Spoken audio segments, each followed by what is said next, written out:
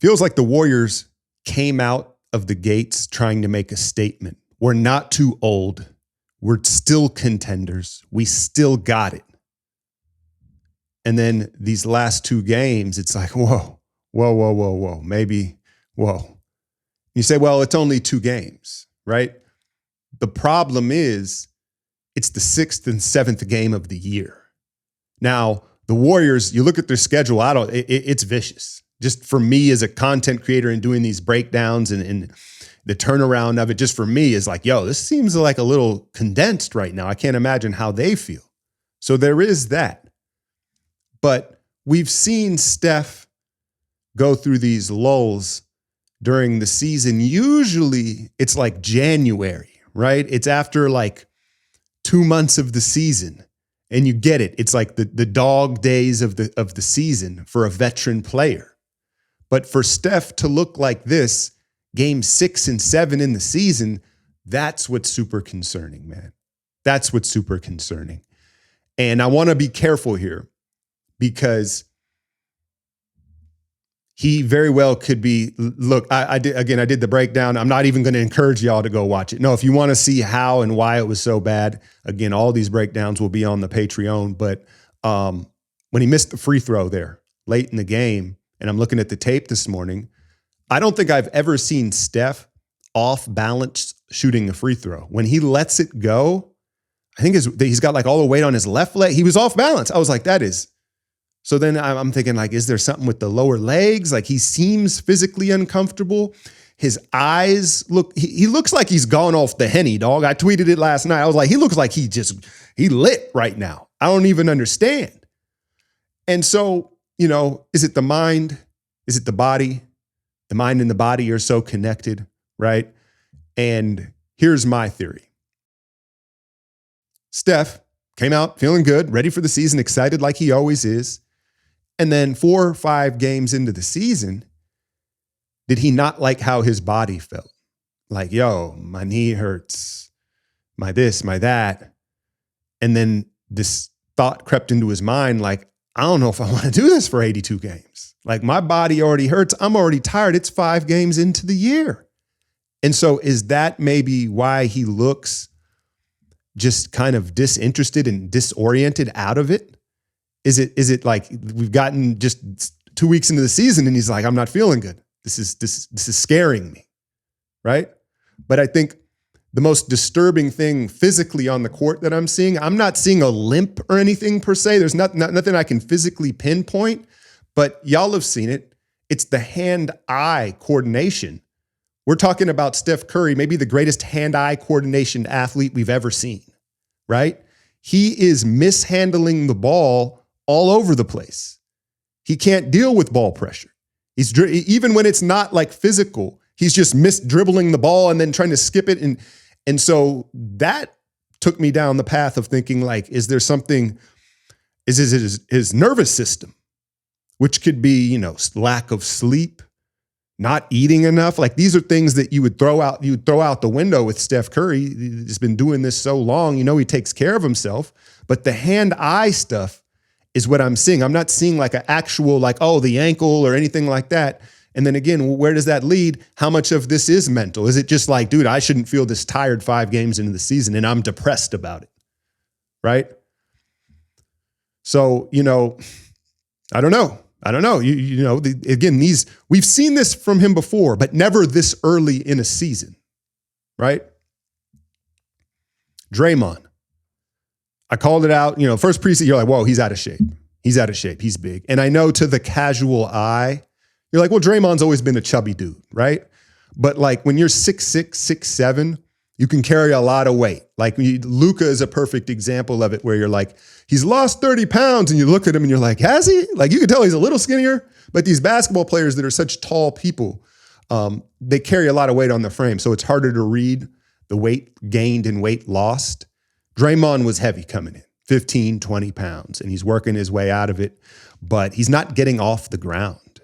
Like there were sequences, that final sequence there, I won't say the final one, but where like he let Walker get in there for the offensive rebound and then he doesn't get out to Jackson for the 3. Like he's just not moving well at all. But maybe worse than that, He's not communicating.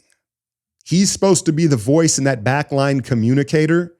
And you looked at Steph, Jimmy, and Draymond down the stretch there defensively. They're not communicating. And that's what led to so many of those fouls. They get into the penalty last night, halfway through that fourth quarter. The transition defense is a huge problem with the communication. And Indiana puts a lot of pressure on you because they all grab and go. So then you get cross-matched up. We're scrambling around. We don't have a rim protector. And that's what it leads to. But my thoughts with Draymond are, didn't it kind of feel like Gee should have closed that game? I know that sounds kind of crazy, but are we to a point now where it shouldn't be locked in that Draymond closes games? You got Jimmy out there, and it's I don't know, either get in shape, get it together, bring the intangibles that you've brought for the last 15 years. Otherwise, I don't know if the juice is worth the squeeze if you're not going to talk, communicate, and do all the extra things, and physically you're not moving as well.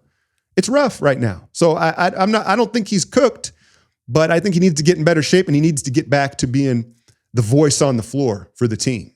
And then you go to Al Horford, who looks like he's playing in a diaper right now, right? Like and I shot him some bail in the breakdown because I do wonder with Al, I kind of feel like Kerr and the staff maybe have taken for granted how much of a pro he is, how much experience he has. Like he does kind of need to get acclimated. Like he does kind of need to break a sweat and get like his timing down.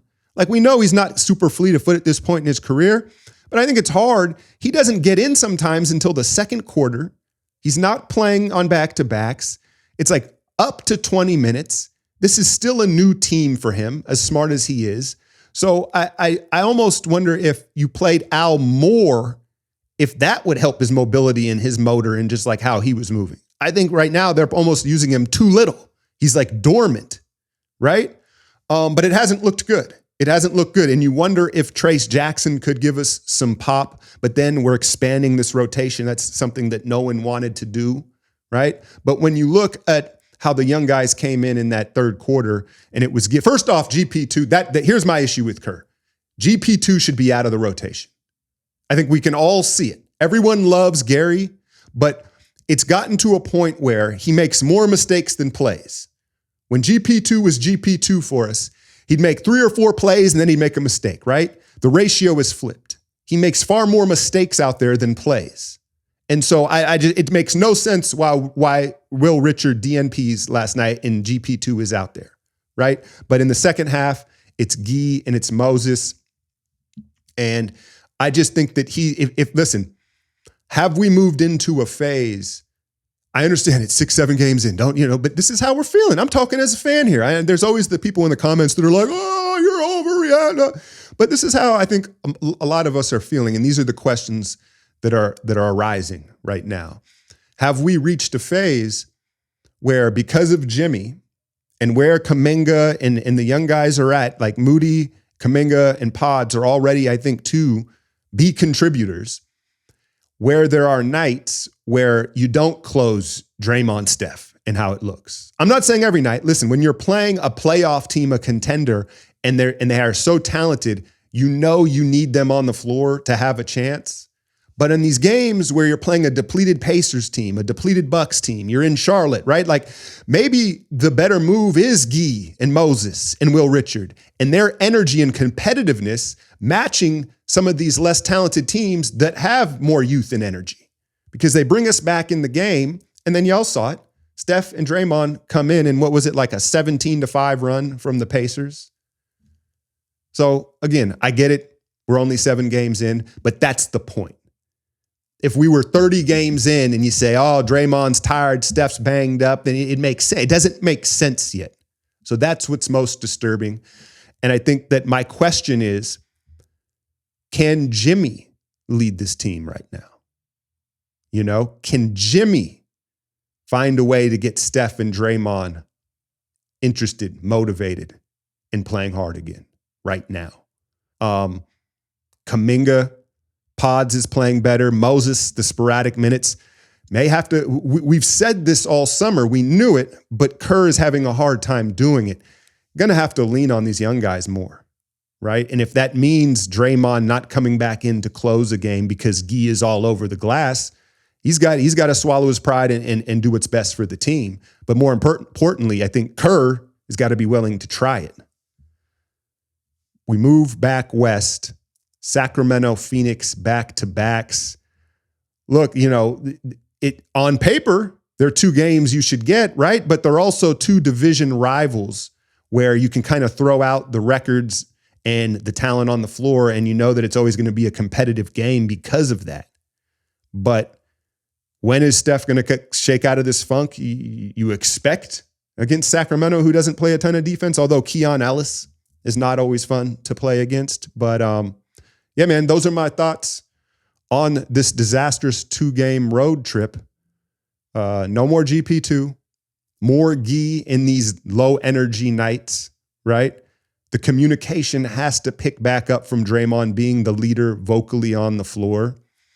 And then Steph, your guess is as good as mine. Let me know in the comments your theory on why Steph looks this way this early in the season. Hit that like, share, and subscribe. I'm out, y'all.